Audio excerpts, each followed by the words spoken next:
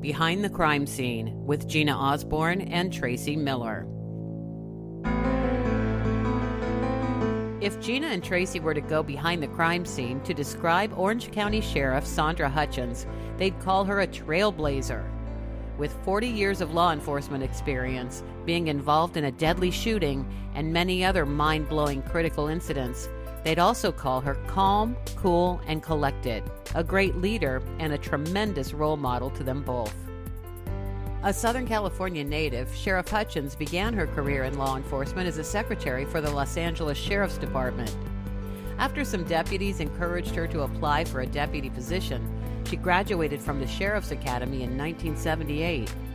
She rose through the ranks to achieve Division Chief of Homeland Security. In 2007, then Orange County, California Sheriff Mike Corona was indicted by the FBI on federal corruption charges, alleging he used his office for personal financial gain. The Orange County Board of Supervisors conducted a nationwide search, which included a field of 48 candidates. Sandra Hutchins was selected, becoming the 12th Orange County Sheriff and the first and only woman to serve as the county's top cop. In this truly inspiring bonus episode, Sheriff Hutchins talks about her shooting, leadership, being a woman in a male-dominated field, and how not to take things personally. Welcome to Behind the Crime Scene, where we take you beyond the yellow tape into the lives of first responders, investigators, and prosecutors who work true crime. I'm Gina Osborne, retired FBI Assistant Special Agent in Charge and former Army Counterintelligence Agent. And I'm Tracy Miller. I've been a prosecutor for 23 years.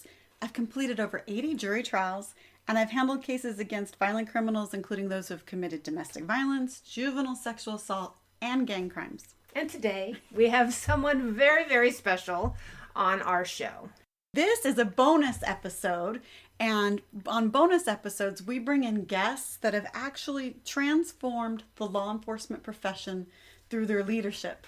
And they're people that we have a tremendous amount of respect for, who everyone has a tremendous amount of respect for, because they've really impacted us through their courage and their grace and their leadership.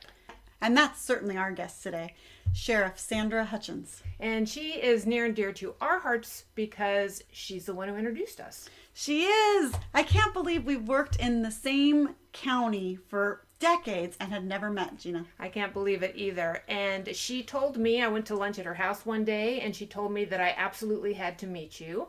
And she said that it would be something special if we met, and she took us out to lunch one day, and there was no turning back.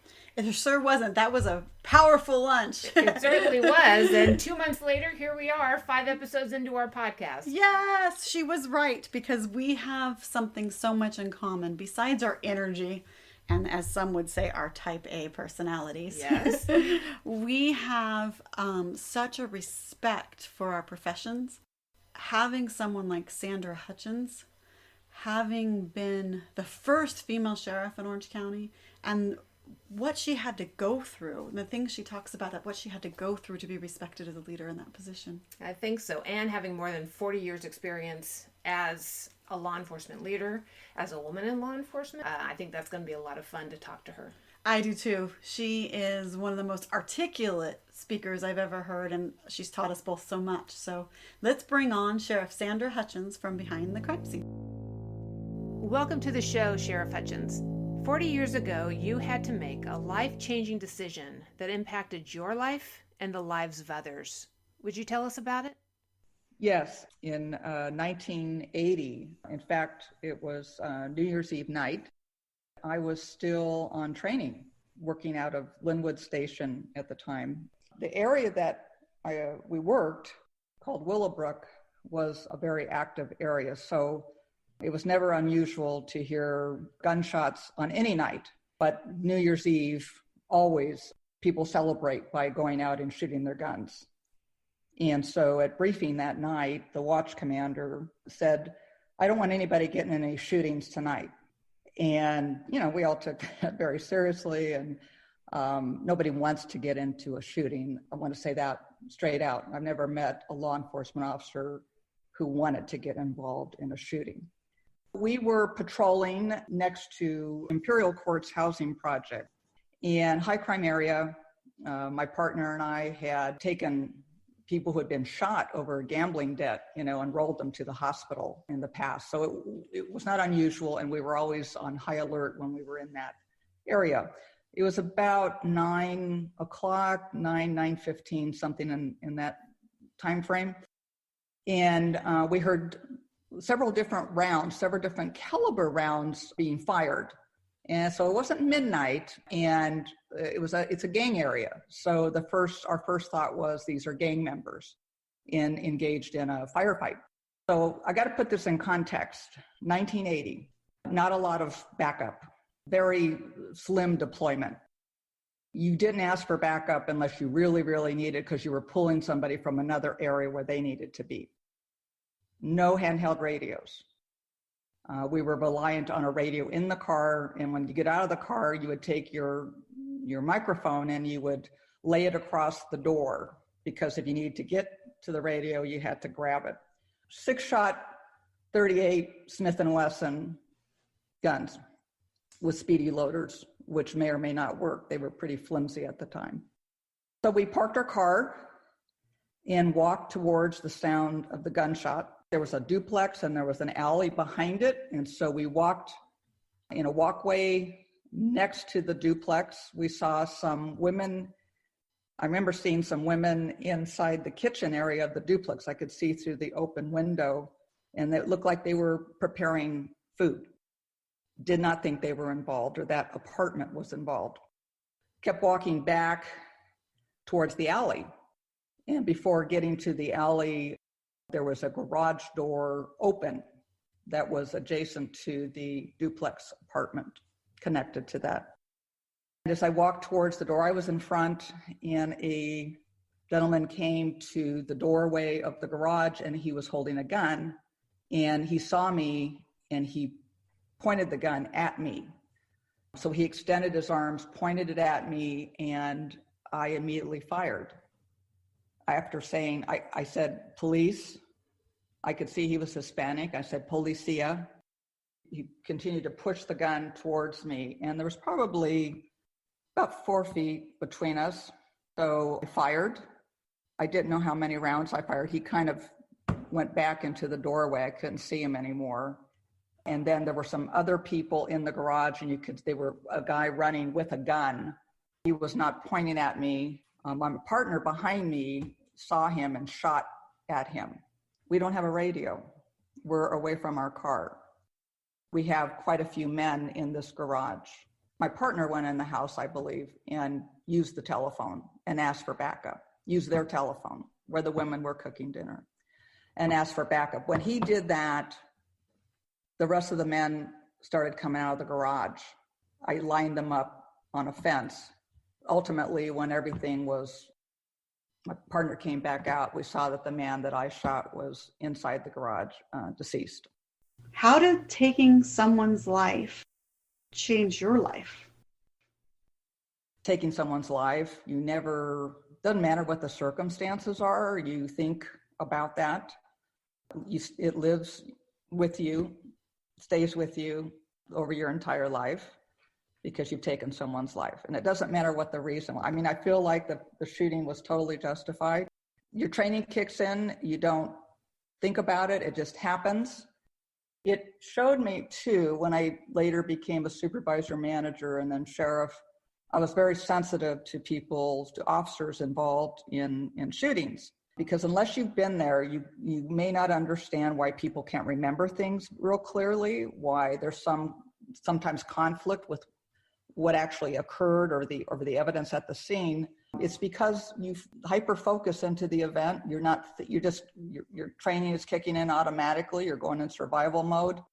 You've been trained to do that. And so sometimes it takes a while for all those, facts to come out and for it to become clear in your mind what actually occurred. How did you deal with it psychologically? There's a bit of paranoia that sets in for a while, and then you kind of get back to your normal routine.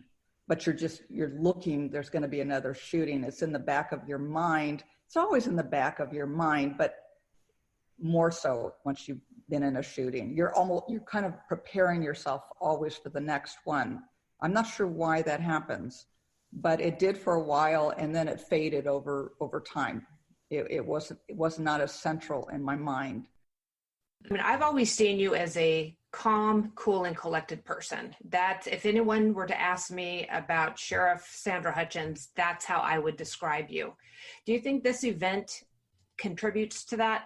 Contributes to you dealing in situations in a level-headed, concise manner?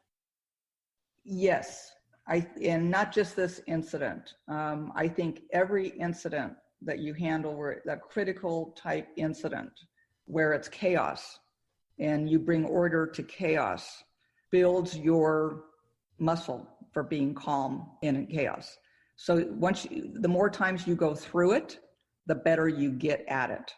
And so it doesn't matter what the issue is anymore.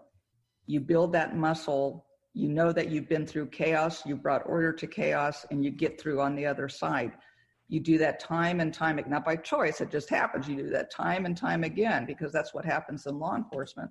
And you get stronger at being able to remain calm and make good decisions. What's your advice to people having to deal with a critical incident?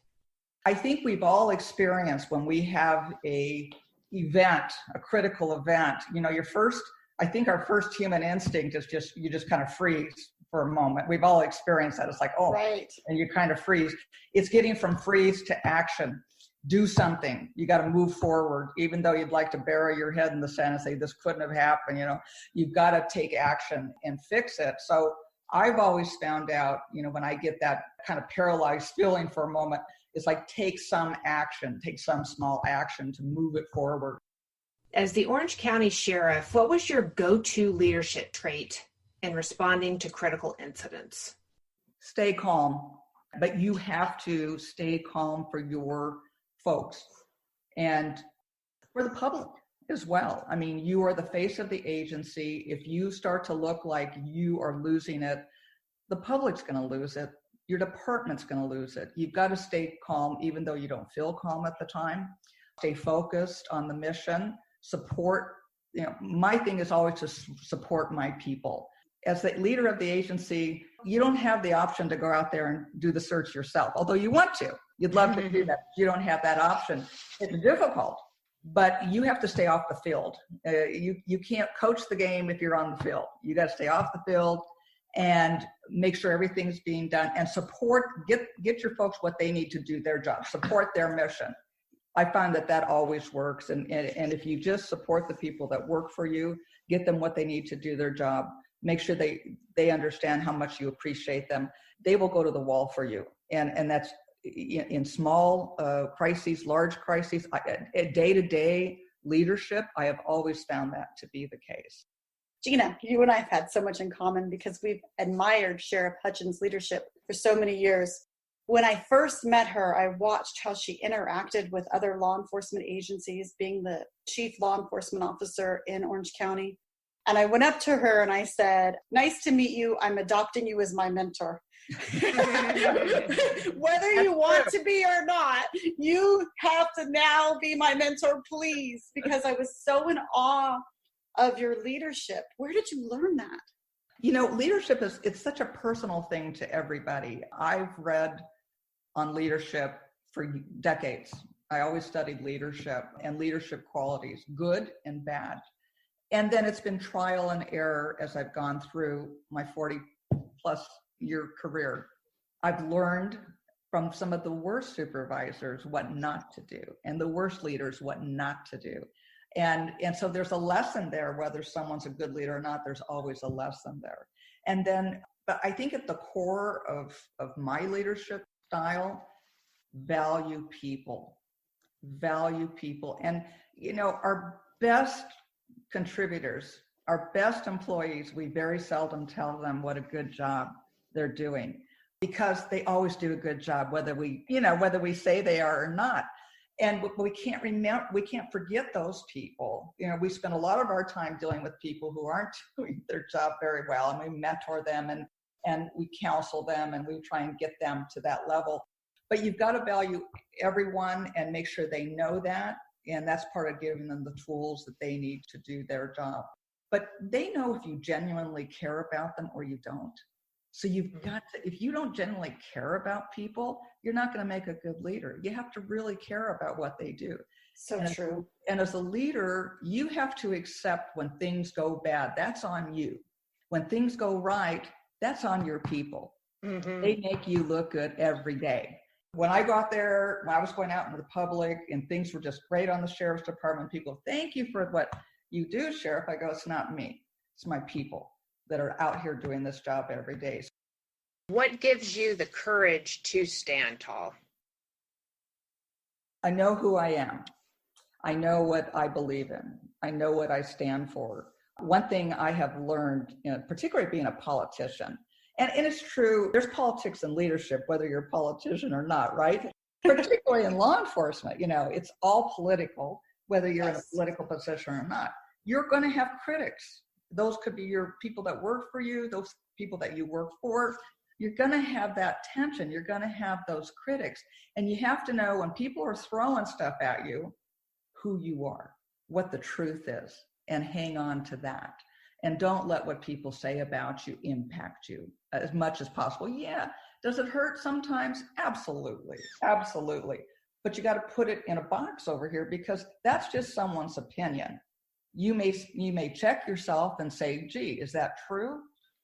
If it is, work on it. If it's not, move on. It's their problem, not yours. Do you ever take anything personally? Oh, yeah. I mean, it hurts at times. It does. And it hits that core inside of us, that weak spot, like when that we're not quite sure of ourselves. None of us is 100% sure that we're doing the right thing all the time. I mean, we're all human beings and we make mistakes, but I think the difference is, can you listen to the criticism? Can you look at it objectively and see if that does apply to you? Is there something you do need to change or not? I mean, having to look at it and then move on. It does no good to carry that around with you if it's not helpful. So when you first became the Orange County Sheriff, you came in following Sheriff Corona, who was serving time in prison. Did that change the way you led in the beginning, this department that was new to you? Yes. Because remember, the agency, the people in the agency were still reeling from this public embarrassment. Not just the sheriff, but the department was being criticized every day in the paper over something. It almost became a feeding frenzy of sorts. And so coming in, particularly as an outsider, they didn't know who I was. And they're not going to know overnight who I am. You have to demonstrate through your actions who you are. So there was this mistrust, and I totally understood that. I would not have trusted me coming in either. Don't know the person, Right. So it took a while. So I came in pretty cautiously. And I've always done this. If I went into a new assignment, say I've got promoted, now I'm going to a new assignment, assess the situation. Don't start making changes day one because you heard, in the press or you heard from somebody that this was a problem. You have to go in and see with your own eyes, identify the issues, identify the people, see where your strengths are, identify what your priorities are and focus on that. But you have to bring your folks along with you. You can't just go in there and you could go in there and issue edicts without any conversation, but it wouldn't be very successful. So you pull together the people, you involve them in the process, you paint the picture. I kind of knew what the end of the story was going to look like. The people in the sheriff's department did not. And so you have to bring them along. Little changes are big changes. This sense of leadership by knowing who you are and being authentic to who you are, is that something you developed along the way, or you had as a brand new deputy when you first started? Did you have that same sense? No, I developed it along the way. Oh, absolutely. When I was a deputy, I thought I would never be a supervisor. I was a deputy. And there's days I wish that was true. So when you're a line officer or a deputy, it's a big responsibility. But typically, at the end of the day, you're done. Your shift is over and you're done. When you're a supervisor, investigator, sheriff, you take a lot of stuff home with you in your heart and in your mind. What do you think about you being law enforcement leader for the entire county and being a woman, how did that impact your leadership style? I'd like to say it doesn't. And I try and keep, everybody tried to put gender. When I first got appointed to sheriff, the first question I was asked by the media is, how does it feel to be the first female sheriff? My answer to that was, I don't know what it feels like to be a male sheriff. So I draw the distinction. So, and somebody kind of said, oh, she got the job, she got appointed because she's a woman. Yeah, so, that's not true in Orange County. That's a miracle. Exactly. Yeah. So I guess I've tried to keep gender, separate. I want to be judged on my abilities. The gender question, I'm glad that now there was a female sheriff in Orange County, because I think women see that as, gee, it's possible. It's possible. We shouldn't even be having this discussion. Is that possible or not? I think it's great. I don't think it affected my leadership style, but as you said, Tracy, you look around and there were some days I didn't even realize I was the only woman in the room. It became just the norm. Right. And so I try not to let it change the way I do business. I think that women bring a certain, I'm going to stereotype a little bit, but I think women bring something to the table and men bring something to the table. And we shouldn't try and be like each other. We should be who we are and bring our strengths in. I see some women, they try and adapt. If they're in a male-dominated organization, they kind of try and adapt their style to a male style. And again, I'm being very general about that. But I think you've seen that. I think you've got to be true to who you are, and that goes to you personally, how you interact, and your leadership styles. It's a very personal thing. So true. I remember when I was a young supervisor back in 2003, and I had met you for the first time. And I think we were working terrorism or some sort of terrorism-related incident. And I just was in awe of you because there weren't very many women out there. And I went into law enforcement in 1987 when I joined the military. You were a decade before me. And I've always appreciated the women who came before me because they made my road easier. You and I had lunch and you were telling me the story about women in patrol cars. I think that would be an interesting story to share. Yes. And this was before my time. And I certainly think these women, like you said, Gina, I too thank the women that came before me, because the women that came before me, at one point, they were just allowed to work in juvenile investigations. This is Los Angeles County Sheriff's Department, but the other Sheriff's Department were the same. They could work juvenile investigations or work matrons in the jail. In the women's jail, they called them matrons. And in the 70s, in the early 70s, they decided to experiment with women going to patrol. So they asked for volunteers, and they got 6 women, but they had to go out to patrol in a short skirt. They were short at the time. Mini skirts? Yeah, little mini skirt, little black mini skirt, a white shirt, and a black handbag, high heel pumps, and they had to carry their gun in the handbag.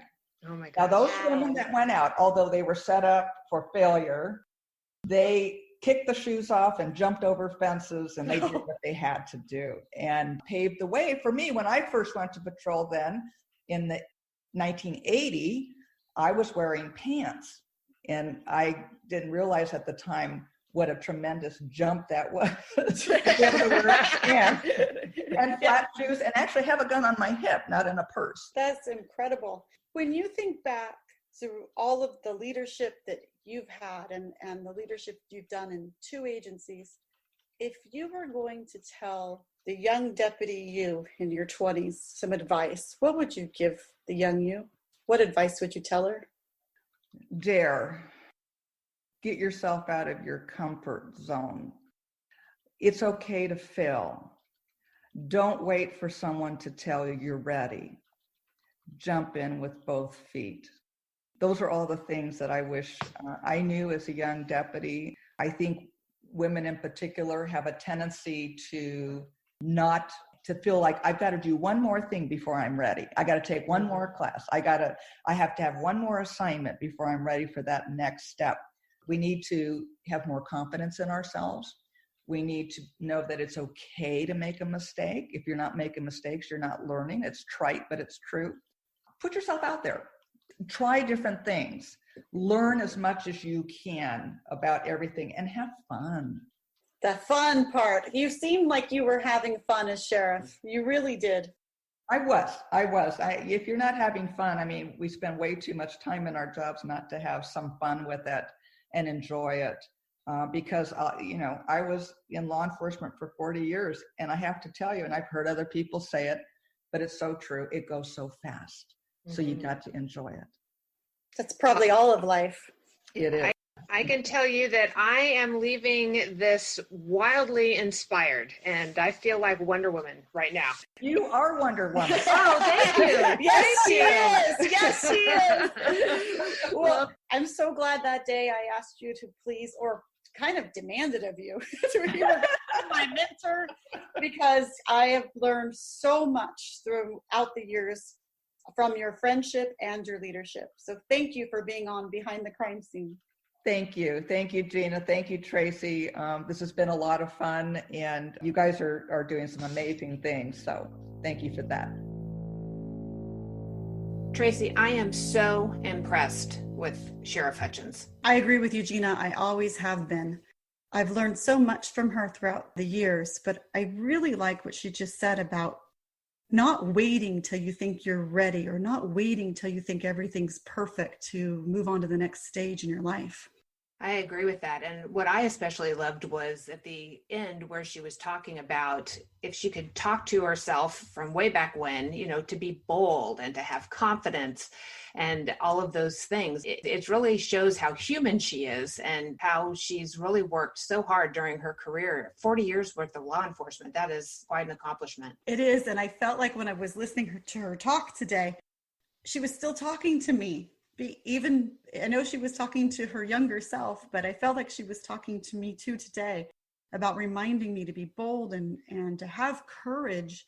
And it's really about believing in yourself. I love how she talked about creating other leaders and giving people credit. Yes, I know that she developed so many people. And also it was interesting what she talked about when she said that she still took things personally, but she was able to set it aside. And I've done a lot of public speaking, as have you, Tracy, and we talk to a lot of people who take things personally, and it really kind of knocks them off their game. But what she said is, sure, I take it personally, but I still have to put it away in a box, and I still have to go and do my job. And I found that when I do interview coaching and just having people believe in themselves. And she made me feel like a good reminder today too, because it's really hard not to take things personally. It was such a good show, and all the things that I know about her was a great reminder to have her tell us more about leadership and her leadership beliefs. I agree. Well, we'll see you next time, Behind the Crime Scene. Behind the Crime Scene with Gina Osborne and Tracy Miller is produced and edited by Lisa Osborne. Theme music is Insomnia by retired IRS Special Agent Clarissa Balmaceda. Find us on social media through BehindTheCrimeScene.com. And don't miss an episode. Subscribe to Behind the Crime Scene with Gina Osborne and Tracy Miller wherever you get your podcasts. I'm Lisa Osborne.